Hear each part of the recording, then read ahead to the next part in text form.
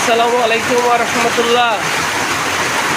আমাদের বগুড়া জেলার গাবতলী উপজেলায় অবস্থান করছি। এখানে অনেক বৃষ্টি হচ্ছে, এত বৃষ্টি, এই তো রাস্তায় পানি জমে গেছে।